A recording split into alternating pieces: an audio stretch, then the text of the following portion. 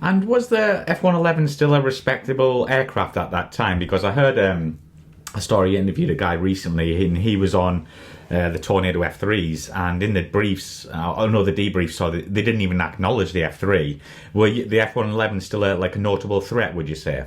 Oh, look, they were, and certainly until I retired, I left the Air Force and the aircraft retired. I mean, they were doing the job. And if you wanted to actually get bombs on target, they were the aircraft to send. And part of that was having the two crew. That does make a difference to getting the bomb in the right place. Mm-hmm. Things were always improving. Our tactics were improving over my time, to the point where we were pretty good at mm-hmm. defending against F-18, F-15 type threats, AMRAAM. We could handle things with within the limitations of our aircraft, and we employed those tactics pretty well.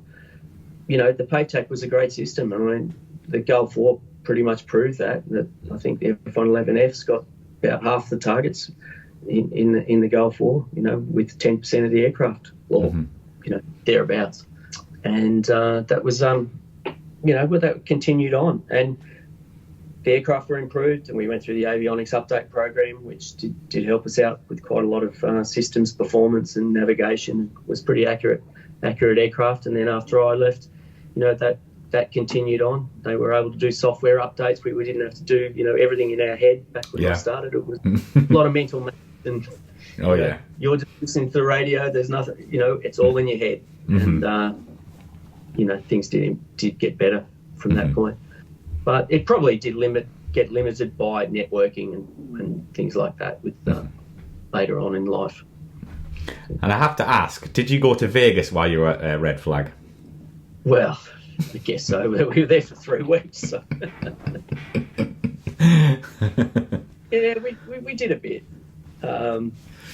We saw the sights of Vegas and things. So one thing I probably regret at that age, you're pretty young, and you tend to just did everything in the squadron, and you didn't see much else. So it was Nellis and Vegas. That's about it. And then some of the other guys were a bit more adventurous and did some trips out to, when I say more adventurous, but they were probably a bit smarter and took a bit chance to see some other things. Yeah. Yeah.